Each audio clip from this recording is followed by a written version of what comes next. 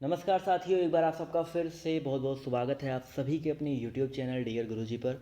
So guys, आज से हम लोग इस वीडियो के माध्यम से एक नई सीरीज़ की शुरुआत कर रहे हैं। और ये जो नई सीरीज़ है, यहाँ पर मैं हिंदी के बारे में आपको एकदम डिटेल में बताऊँगा, वो भी ट्रिक के साथ। जी हाँ दोस्तों, प्रत्येक वीडियो में आपको ट्रिक देखने को मिलेगा। प्रत्येक वीडियो में आपको पूरा का पूरा जो नॉलेज है देखने को मिलेगा। और ये मान के चलिएगा कि ये जितने भी मैं आपको यहाँ पर चीज़ें बता रहा हूँ, अगर आप इसका नोट्स तैयार कर लेंगे, अगर आप इसका नोट्स बना लेंगे, इसका पीडीएफ डाउनलोड कर लेंगे, तो आप लोग को इसके बाहर हिंदी तो कहीं भी आने वाला नहीं है। और आज का जो टॉपिक है हिंदी भाषा का उदय, उसका जो आपका संक्षिप्त विवरण है, यानी कि जो हिंदी भाषा का विकास है, इससे यहाँ पर मैं जितनी चीज़ें आपको बताऊँगा, भाषा उपभाषा बोलियाँ, जितनी आपकी भाषाएं होती हैं, सब कुछ यहाँ पर बताने वाला हूँ। इसका नोट्स बनाते हुए चलेंगे। और साथ ही साथ यहाँ पर आप ये मान के चलो, कोई भी किताब आपको अलग से पढ़ने की ज़रूरत नहीं है। थ्योरी मैं करवा रहा हूँ, प्रैक्टिस सेट में आपको सॉल्व करवा रहा हूँ, तो आपको कोई अलग से किताब पढ़ने की ज़रूरत नहीं है। आप चाहो तो नोट्स बनाते हुए चलो, आपके लिए बेटर रहेगा। अदरवाइज़ आपको मैं पीडीएफ प्रोवाइड कर ही दूंगा।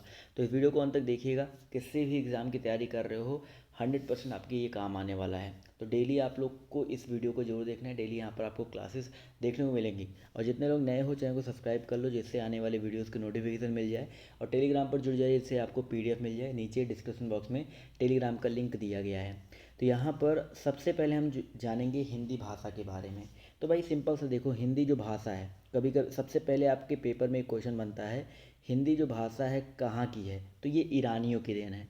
सेम अगर आपके क्वेश्चन में एक पेपर आता है, आपके पेपर में क्वेश्चन अगर ये पूछा जाता है कि हिंदी जो भाषा है, ये बेसिकली हिंदी नाम जो है कहाँ से आया है, तो ईरान से आया है। ये चीज़ याद रखिएगा। इसके अलावा हिंदी भाषा का नाम सिंधु नदी से जुड़ा हुआ है। किससे जुड़ा है भाई? हिंदी भाषा का नाम सिंधु नदी से जुड़ा हुआ है।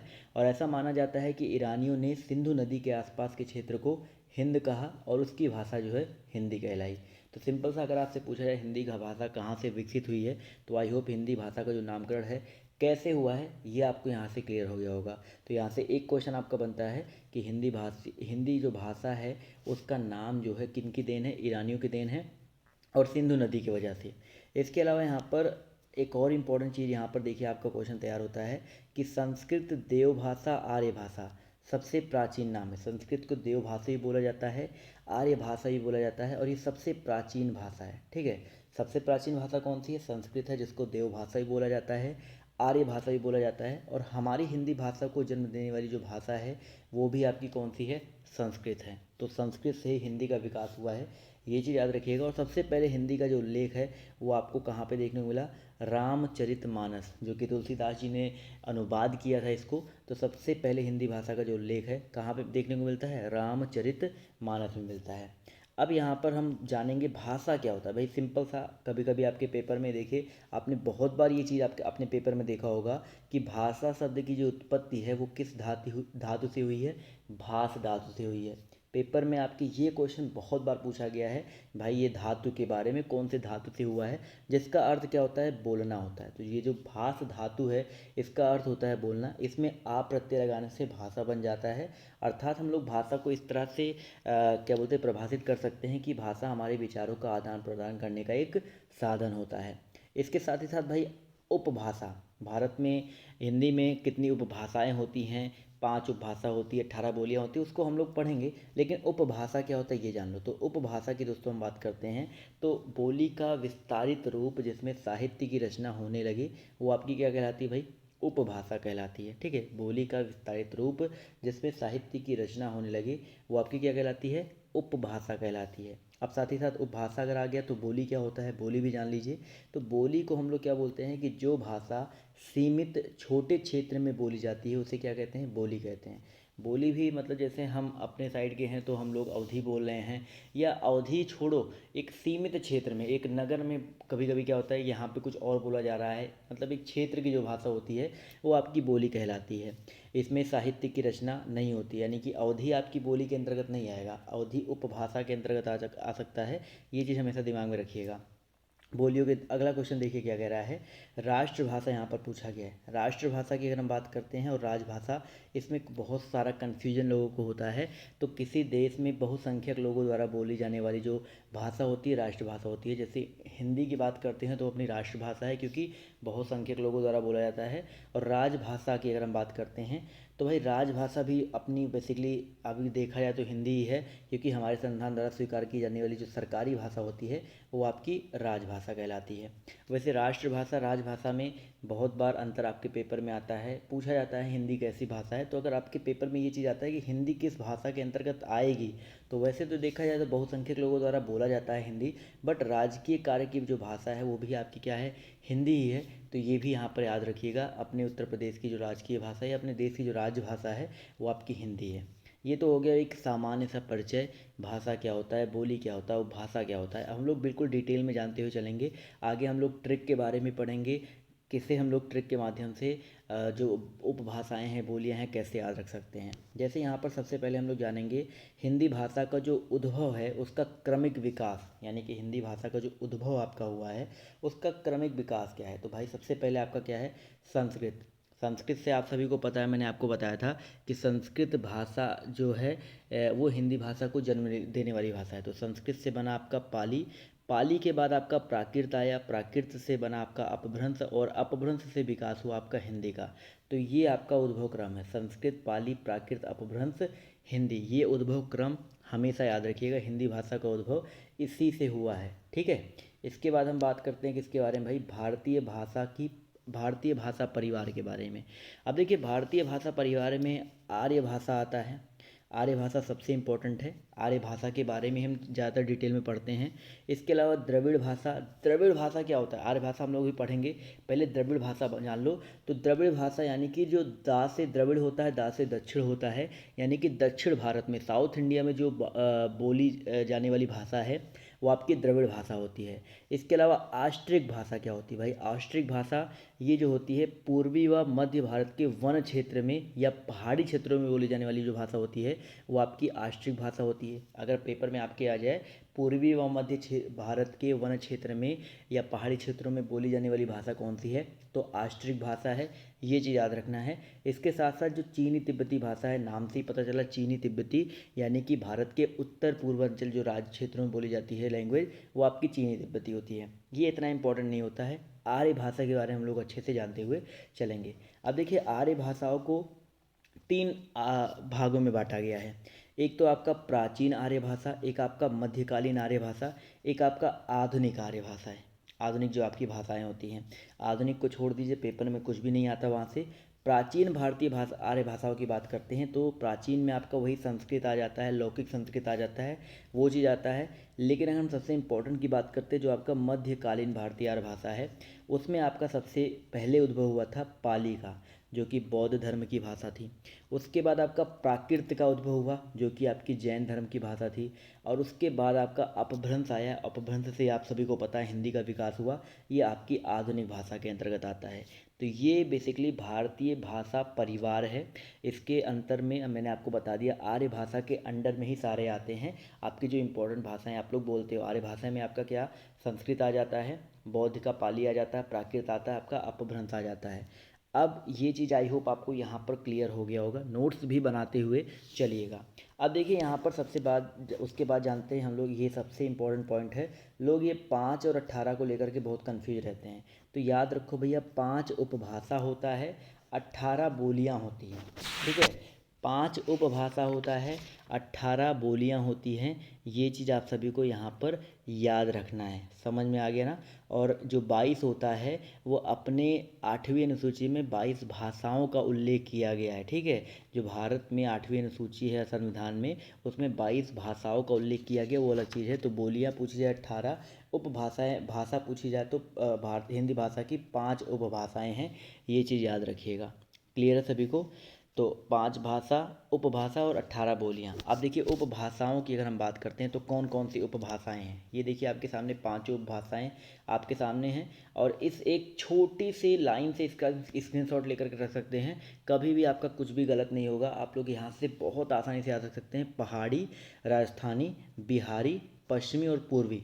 यानी कि एक पहाड़ी हिंदी होती है, हिंदी भाषा की बात हो रही है, एक पहाड़ी हिंदी होती है, एक राजस्थानी हिंदी होती है, एक आपका बिहारी हिंदी होता है, एक आपका पश्चिमी हिंदी होता है, एक आपका पूर्वी हिंदी होता है। पहाड़ी हिंदी में गढ़वाली, नेपाली और कुमाऊनी आता है।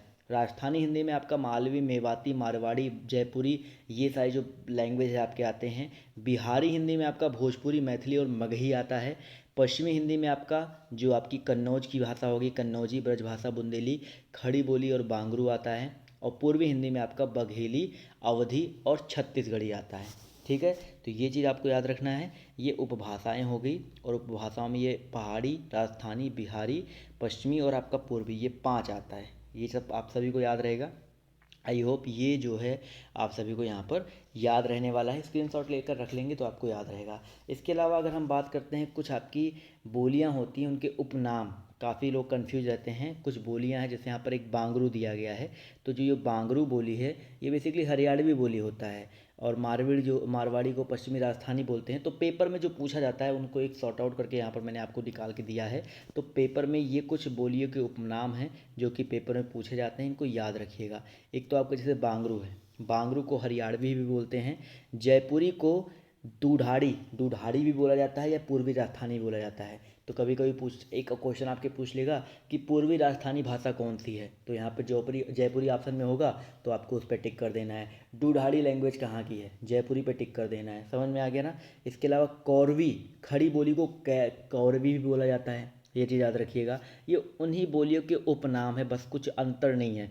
मारवाड़ी जो है आपकी पश्चिमी राजस्थानी भाषा है, मालवी जो है आपकी दक्षिणी राजस्थानी भाषा है, और मेवाती जो है उत्तरी राजस्थानी भाषा है। बहुत ज़्यादा इंपॉर्टेंट है, स्क्रीनशॉट ले लो, कभी भी लाइफ में गलत नहीं होगा आपको। ठीक है, इसके अलावा एक नज़र में थोड़ा एक बहुत इंपॉर्टेंट चीज़ देख लेते हैं जो आपके पेपर में बहुत आता है, बहुत ज़्यादा, ये मान के चलिए बहुत ज़्यादा आता है। ये आप एक नज़र में आप सिंपल सा देख लो। संस्कृत की अगर हम बात करते हैं, संस्कृत में आपका एक वैदिक संस्कृत होता है, एक आपका लौकिक संस्कृत होता है। संस्कृत हटा दो, संस्कृत से क्वेश्चन आपके पेपर में नहीं आता है। पाली से पेपर में बहुत आता है, देखो पाली से पेपर में आपके बहुत आता है। पाली में आपके, मैंने आपको बताया था, पालियों में एक सौरसेनी, पाली के बाद आपका अपभ्रंश का निर्माण हुआ, तो पालियों में आपका एक सौरसेनी अपभ्रंश होता है, फिर अर्धमागधी अपभ्रंश होता है, उसके बाद मागधी अपभ्रंश होता है। ये चीज़ याद रखिएगा, सौरसेनी, अर्धमागधी और मागधी। आपके पेपर में यहाँ से बहुत ज़्यादा आपके पेपर में पूछा जाता है। पूर्वी हिंदी का विकास जो है किस अपभ्रंश से हुआ है, तो अर्धमागधी अपभ्रंश से हुआ है। ठीक है, पूर्वी हिंदी का विकास अर्धमागधी अपभ्रंश से हुआ है। सौर सेनी के बारे में अगर आपके पेपर पूछा जाता है तो याद रखिएगा, ये आपकी दी गई हैं पश्चिमी हिंदी, पहाड़ी, गुजराती और राजस्थानी। किसकी भाई, पश्चिमी हिंदी, पहाड़ी, गुजराती और राजस्थानी, इनका जो विकास है आपका सौर सेनी अपभ्रंश से हुआ है। अगर हम बात करते हैं इधर जो आ जाते हैं, पूर्वांचल में आ जाते हैं, बिहारी, उड़िया, असमी और बांग्ला, इनका जो विकास है आपका मागधी अपभ्रंश से हुआ है। तो तीनों अपभ्रंश आपके सामने हैं, सौर सैनी, अर्धमागधी और मागधी। तीनों सौर से अपभ्रंशों से किन किन भाषाओं का विकास हुआ है आपके सामने यहाँ पर दिए गए हैं। इसके अलावा प्राकृत की अगर हम बात करते हैं, देखिए प्राकृत के बारे में मैंने आपको जब हिंदी भाषाओं का उपक्रम या क्रमिक क्रम बताया था, तो वहाँ पर बताया था ना, पाली से के बाद एक बीच में प्राकृत भी आता है, उसके बाद अपभ्रंश बनता है। तो प्राकृत से जो आपके अपभ्रंश होते हैं, यहाँ पर ध्यान से देख लो, इतना याद रखिएगा, प्राकृत, अपभ्रंश, पैसाची, ब्राचर, महाराष्ट्री। तो महाराष्ट्री से आपका ये तो याद रख ही सकते हो, पैसाची, पासे पंजाब, पासे पैचासी, इसकी पैसाची। इसके अलावा ब्राचड़ का सिंधी होता है, महाराष्ट्री का मराठी होता है। ये आपको याद रखना है, बहुत ज़्यादा आपके पेपर में यहाँ से नहीं बनता है। अब देखिए, एक पेपर में आपका एक क्वेश्चन आता है हिंदी बेल्ट के बारे में।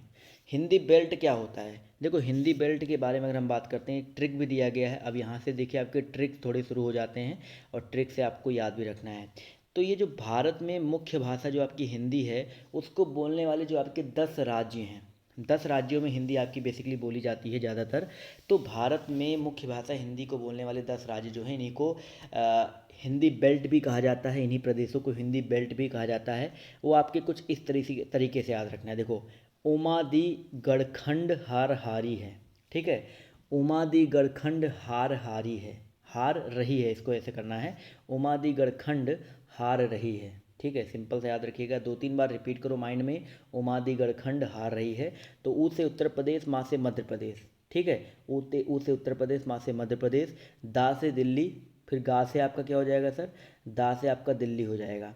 अब यहाँ पर गढ़खंड हारी लिखा गया है ना, तो यहाँ पर गढ़ से छत्तीसगढ़ लगाना है। ठीक है, गढ़ से छत्तीसगढ़ लगाना है। और खंड में आपके 2 खंड आते हैं, एक उत्तराखंड आता है, एक झारखंड आता है। तो गढ़ से आपका छत्तीसगढ़ हो जाएगा, खंड से आपका उत्तराखंड और आपका क्या हो जाएगा, झारखंड हो जाएगा। हार, हार से हो जाएगा बिहार, क्या हो जाएगा भाई, बिहार हो जाएगा।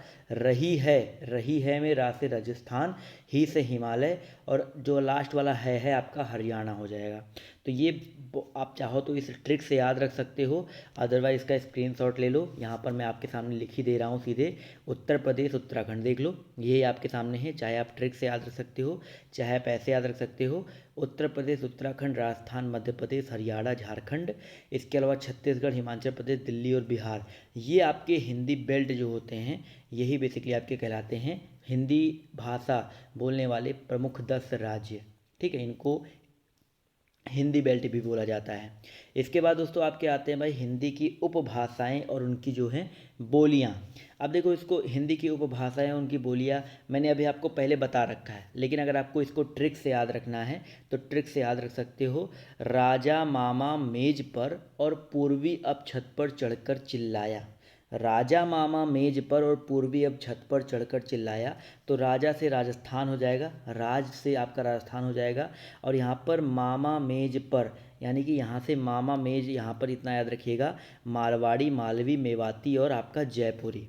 ठीक है, इसके अलावा पूर्वी की बात करते हैं। पूर्वी क्षेत्र की जो बोलियां होती हैं वो आपकी अवधी, बघेली और छत्तीसगढ़ी होती हैं। ठीक है, आप चाहे तो इस ट्रिक से याद रख सकते हो, मैंने आपको एक चार्ट भी बना करके दे दिया है, आप चार्ट से भी तैयार रख सकते हो। इसी तरह आपकी जो बची बिहार की बात करते हैं, तो बिहारी भौजी मैम, बिहारी भौजी मैम से याद रखिएगा, जो आपकी बिहारी उपभाषा है उसमें क्या आता है, भौजी यानी कि भोजपुरी, और जी से क्या हो जाएगा सर आपका, भोजपुरी हो गया, सॉरी भौजी से पूरा भोजपुरी हो जाएगा।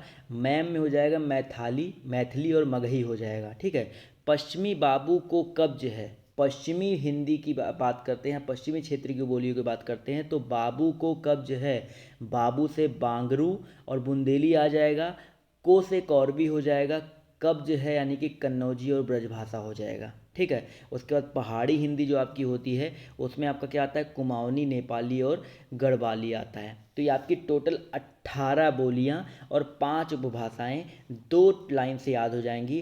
राजा मामा मेज पर, एक तो आपका हो जाएगा राज मामा मेज पर, राजस्थान, मारवाड़ी, मालवी, मेवाती और जयपुरी, पूर्वी अब छत पर चढ़कर चिल्लाया। पूर्वी अब छत पर, इतना भी याद रखोगे तो हो जाएगा, पूर्वी अब छत पर, चढ़कर चिल्लाया हटा भी दो तो पूर्वी अब छत पर, राज मामा मेज पर और पूर्वी छत पर, और पूर्वी अब छत पर, तो अब से आपका अवधि, बघेली, छत्तीसगढ़ी। ठीक है, राज मामा मेज पर, पूर्वी अब छत पर, याद रखेंगे आप लोग इतना। इसके अलावा आपका जो 3 बचा है यहाँ पर, बिहारी भौजी मैम, पश्चिमी बाबू को कब्ज है, पहाड़ी के कुनेगढ़ ले जाओ। ठीक है, तो ये इतना याद रखना है आपको, यहाँ से 5 भाषाएं 18 बोलियां जो हैं याद हो जाएंगी। ट्रिक आपको कैसा लगा कमेंट करके जरूर बताइएगा। इसके बाद हम लोग बात करेंगे भाई प्रमुख लिपियों के बारे में। तो भाई लिपि का मतलब क्या होता है, लिपि का अर्थ क्या होता है, लिखने का तरीका, यानी कि भाषा को लिखने के लिए जिन चिन्हों की जरूरत पड़ती है उन्हें हम लोग क्या बोलते हैं, लिपि बोलते हैं। ठीक है, याद रखिएगा, भाषा को या लिपि का अर्थ जो होता है लिखने का तरीका, भाषा को लिखने के लिए जिन चिन्हों की जरूरत पड़ती है उन्हें हम लोग लिपि कहते हैं। इसके साथ ही साथ अधिकांश भारतीय भाषाओं की जो भाषाएं हैं, भाषाओं का ब्राह्मी लिपि में ही विकास हुआ है, यानी कि ज़्यादातर जो आपकी भारतीय भाषाएं हैं उनका ब्राह्मी लिपि में विकास हुआ है। हिंदी की लिपि क्या है भाई, हिंदी की जो लिपि है आपकी देवनागरी है, सबको पता है, पेपर में आपका ये आता है। इसके अलावा संस्कृत और मराठी भाषा की भी जो लिपि है आपकी देवनागरी है, और इस लिपि का जो विकास है वो आपका किसी से हुआ, ब्राह्मी लिपि से ही हुआ है। ठीक है, यह लिपि में बाएं से हम लोग दाएं लिखते हैं, हम तो देखा बाएं से दाएं लिखा जाता है। इसके अलावा एक आपका खरोष्ठी लिपि आता है, पेपर में अगर पूछा जाता है खरोष्ठी लिपि क्या होता है भाई, यह प्राकृत भाषा के लिए प्रयुक्त होता है और दाएं से बाएं लिखा जाता है, ये थोड़ा सा इसका उल्टा होता है। और गुरुमुखी लिपि सभी को पता है, गुरुमुखी पंजाब से संबंधित है, इसका श्रेय गुरु अंगद को जाता है और यह पंजाबी भाषा की लिपि है। 3 लिपि आपको याद रखना है, ब्राह्मी, खरोष्ठी और गुरुमुखी। गुरुमुखी पेपर में आपके आता है कई बार, और आपका देवनागरी लिपि आपके पेपर में कई बार आता है। खरोष्ठी लिपि के बारे में बस इतना जानना है कि दाएं से बाएं की ओर लिखा जाता है, ये आपका हो गया। इसके अलावा भाई यहाँ पर राजभाषा के रूप में हिंदी का जो विकास है, ये सिंपल सा बस एक चीज़ याद रखना है, 14 सितंबर, देखो सिंपल सा एक पूरा पढ़ना नहीं है, 14 सितंबर 1949 को राष्ट्रीय हिंदी दिवस वहाँ से मनाना शुरू हुआ था, क्योंकि उसी दिन से बेसिकली अपने जो हिंदी भाषा की, हिंदी जो राजकीय कार्य की जो भाषा है वो हिंदी निर्धारित की गई थी।